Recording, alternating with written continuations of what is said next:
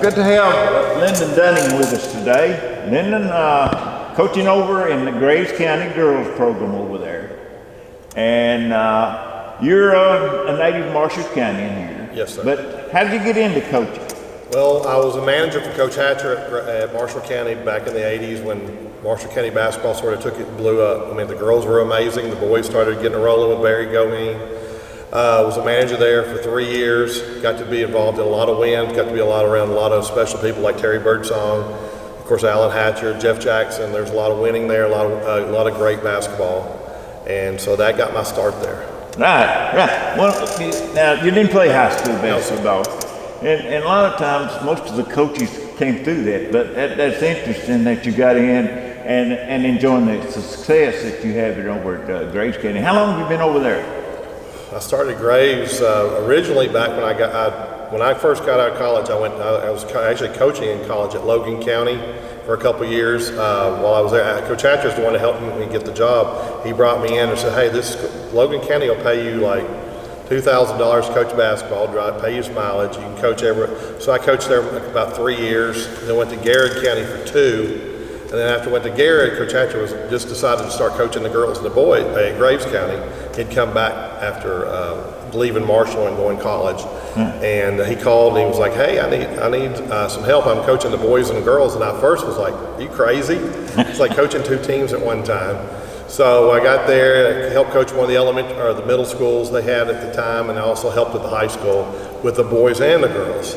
So it was a full-time job. I just remember us throughout the season, like the pictures of us at the beginning of the year, the pictures by the end, we'd looked like we'd been on like the Bataan Death March. We were wore out. Everybody had lost about 30 pounds.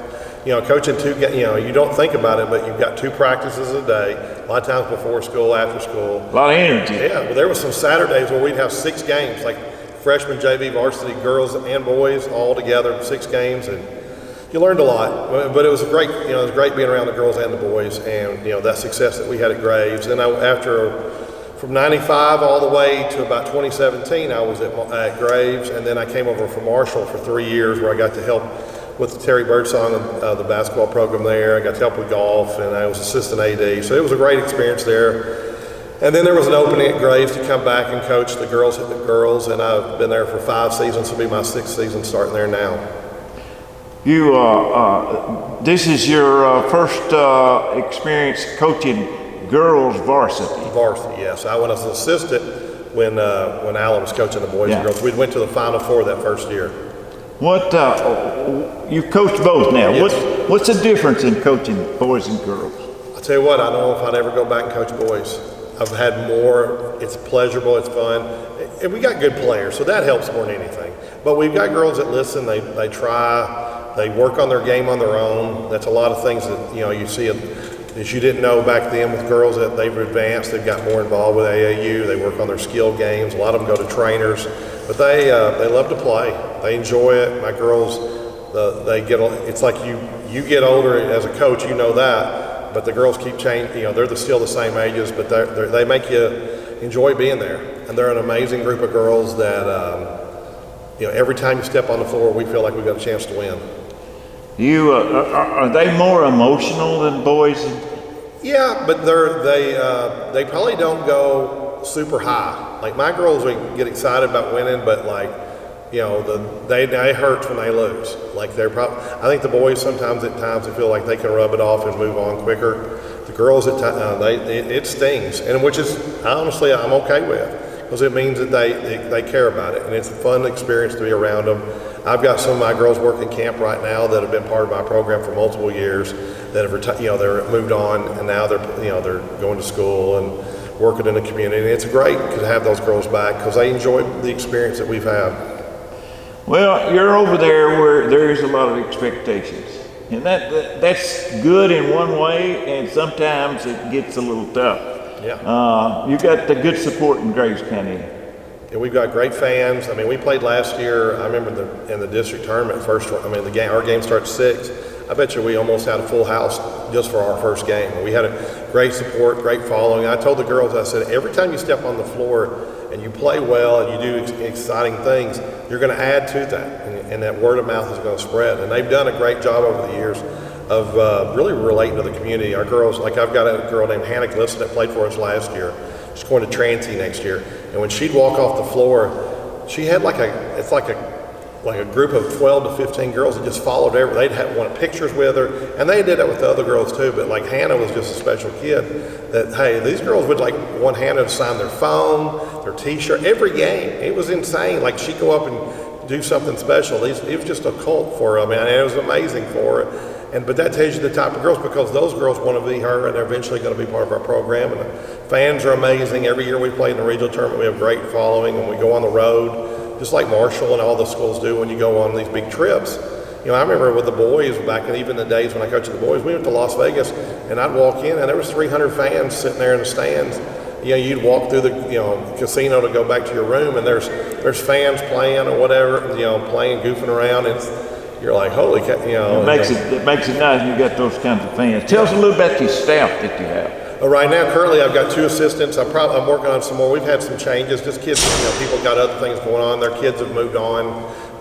Chris Green, he's an assistant coach for me. He's from Livingston Central. He played there. He also coached at Lyon County. He's retired military and police. And then Dustin Burgess, he has a daughter that plays, but Dustin was a really big football player. Played basketball for a while, but he's coached almost every girl on my team throughout the ages, like through travel ball, and he started working with them on his own. And he's been great because he knows the girls, the backgrounds with them. So he can tell even before I can a lot of times if they're having a bad day. You're around them since they're 3rd and 4th grade. You get a lot of feeling for them. Right. Well, this is the summer of 25. Kind of what's your expectations for the 25-26 season? Well, we graduated 4 really, really special girls. I mean, like I talked about Hannah, she's going to Transylvania. I lost another girl, Addison Wadelski. She's an amazing kid. She went through 2 ACL surgeries in back-to-back years, and she played a half of a quarter in 2 years. But she fought back this year. She's now going to go to play in junior college in Jackson, Tennessee. And then I've got 2 other seniors, like Kelly Winfrey and Chloe Scott. They both had opportunities to play if they wanted to, but they just wanted to go on with their education. But I have 5 seniors coming back. I've got some really special young girls. A lot of my young girls, they played for Hatch. I coached them in some way as an assistant or coached them in middle school. I mean, I think there's 11 girls from middle school up that I either coached their dad or their mom. So it's an amazing experience, but they're really talented, they're really young and athletic. They love to press. We sort of changed our style. Normally, we play a lot of sets and used to play old school. Take some time off, run your stuff. Now we're just running and gunning. Seems like the girls really have taken to it, but the press game, they really enjoy pressing. It's like Carly Goatley's on the point of my press. Makes an exciting game. Oh, it makes it fun. And they've learned, hey, if I steal and press, you don't have to run anything. I just catch and shoot a layup. So. What about the feeder program you have? Oh, we've got a really great system. It's run through our middle school. Our high school coaches work with it. Our middle school is amazing. We've got some coaches. We've got DJ Pigs over there helping with our middle school girls. Adley Holmes, she does a great job with our 8th grade as well. And Matt Kilmer runs the middle school program, one of the boys' assistants. But those kids develop, and then once they get through there, we try to get them. And a lot of the better kids that maybe want to really play, they'll go on and play some travel. I mean, we had a group that just came back from Chattanooga this weekend. They play all the time. I mean, sometimes I worry it's too much, and I stay away from it because I don't want it to be a situation where they think I'm making them do that. I want them to, if they want to do it, that's great. But I love the girls, the middle school kids, the elementary schools. When I got hired, the biggest thing I wanted to get them to understand is we don't just have to worry about the high school. We worry about everybody they walk into our program, they're wearing our jerseys. They're just as important as a senior or junior.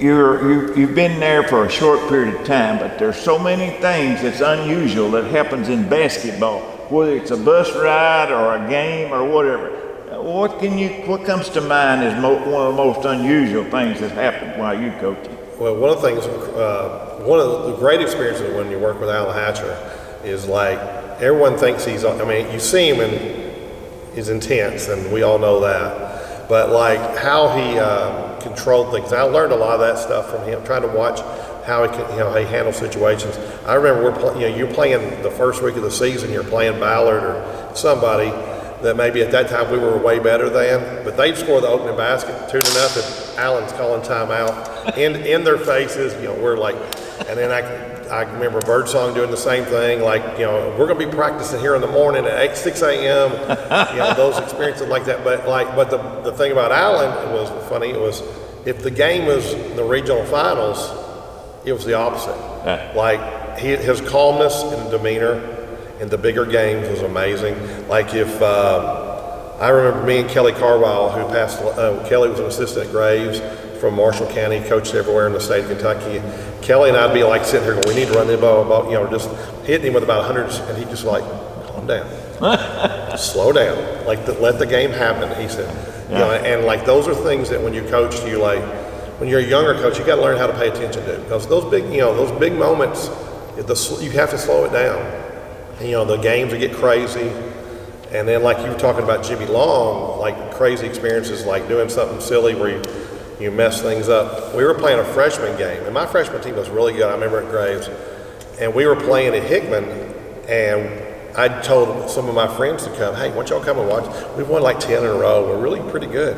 And of course we come out that night and we're terrible. We can't play dead. I mean, we're that bad. We can't do anything. So I go into halftime, the typical coach speech where you go in, you get excited. Well, I slammed the door. I'm last one in. We're in there, we're going back and forth, and I'm screaming and getting on them, and got to do this. But halftime's 10 minutes. So about 5 minutes into so I'm like, okay, we're done now. I talked to them, hey, we got to come out second half, be positive a little bit. So we go open the door, it's jammed. I'd slammed it and it jammed. So I'm sitting there going, how are we going to do this? So finally, one of the people from Graves comes over to tell me there's only like 3 minutes left in the clock. So I was like, hey, can you go tell someone from Hickman that we need some help opening this door? And I'm like, oh, what am I doing? So they had to take the door off the hinges to get us out of the locker room and go play. And like, I remember my boys were just like, oh, what are you doing? And of course, I'm having to tell Hat, what are you doing? That's a good story. Yeah, that's a good story. Well, Lyndon, we're really glad that you came over and did this. We've got some great coaches, great players that's come out of Western Kentucky, and we want to kind of give them their due and put these things where it can last forever. And we really appreciate you coming over and sharing this with us today. We appreciate it. Good luck. Good luck with all your events. Season.